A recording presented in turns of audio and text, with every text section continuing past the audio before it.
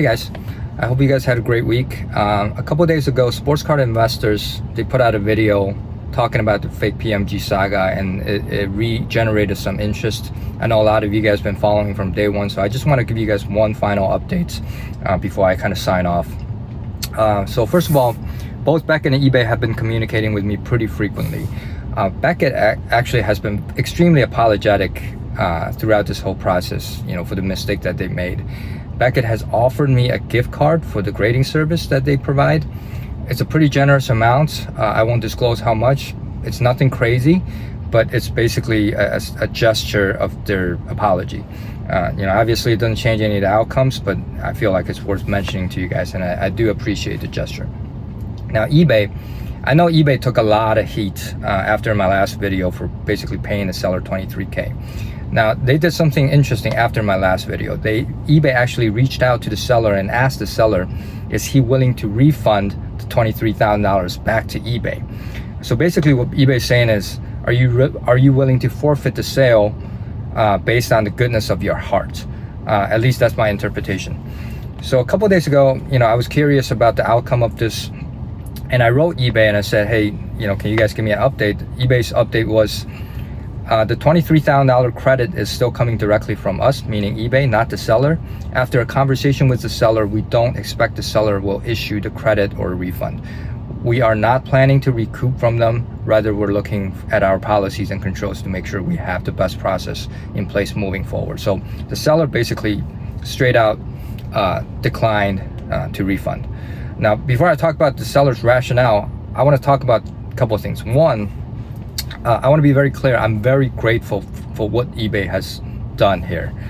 They stepped up and did a very noble thing here. Basically, eBay paid $23,000 for a mistake that Becket has made, right? And I'm 100% not taking that for granted.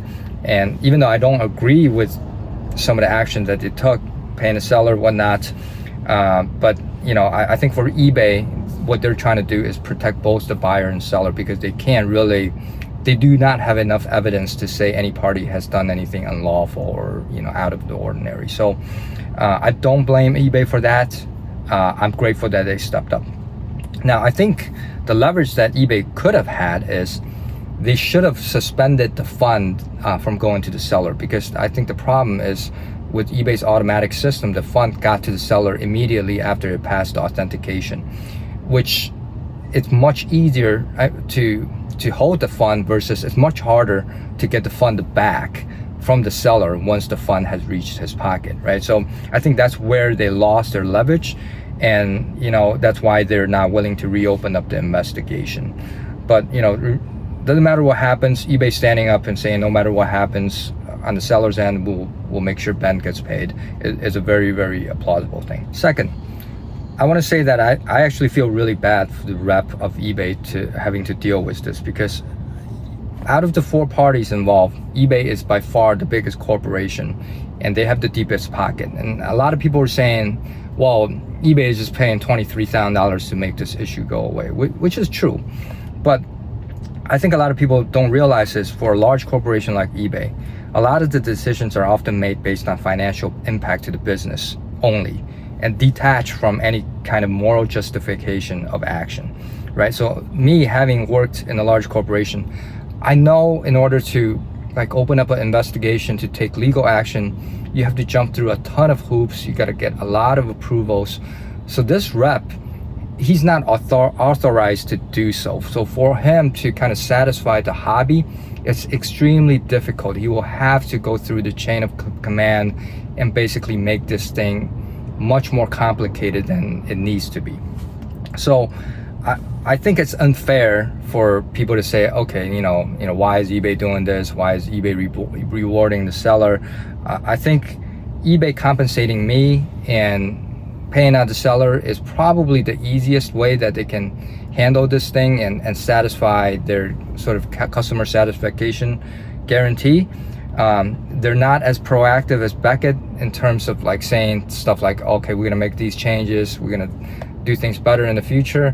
But that's only because the rep is not authorized to say anything that's kind of out of his pay grade. So I just want to make sure people understand that and not kind of take this out of context. There's also a good video from Neo Cards and Comics that talked about eBay actually did the right thing here, and Neo actually said, you know, the chance of scammers kind of capitalizing on this event and try to pull off a scam that's similar to this is pretty slim. The chance of that is pretty slim, and I tend to agree. So take a look at that if you guys have a chance. Now let's talk about the seller. The seller actually shared quite a bit of information with me, including his exchange with eBay, explaining why he will not refund the $23,000 back. I will list them out for you, and you guys can be the judge yourself. So the first thing he said is, because all sales are considered final according to eBay, which is true, that he won't be providing a refund. 2, when he listed the item, he checked with eBay and made sure the item is listed correctly, which means when the label says PMG altered, eBay wanted him to list it as PMG altered, even though he flagged some stuff like missing serial number, you know, missing the PMG text. But it seems like that was what he was instructed to do. Number 3, he stressed that Becket should be 100% liable for this, and they should actually pay the $23,000. But you know, honestly, I don't think eBay's going to go after Becket to retrieve that money. But you know, that's just seller's point of view. And number 4, he said the card costed him a very significant amount of money initially, and it sold well below his expectation of worth. The sale did not return a profit, and even at $23,000, it sounded like he took a loss.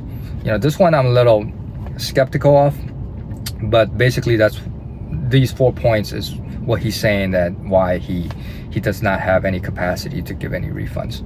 Now I'm giving you guys these infos so you can, you know, be the judge yourself. My stance in this whole situation has been pretty clear from day one.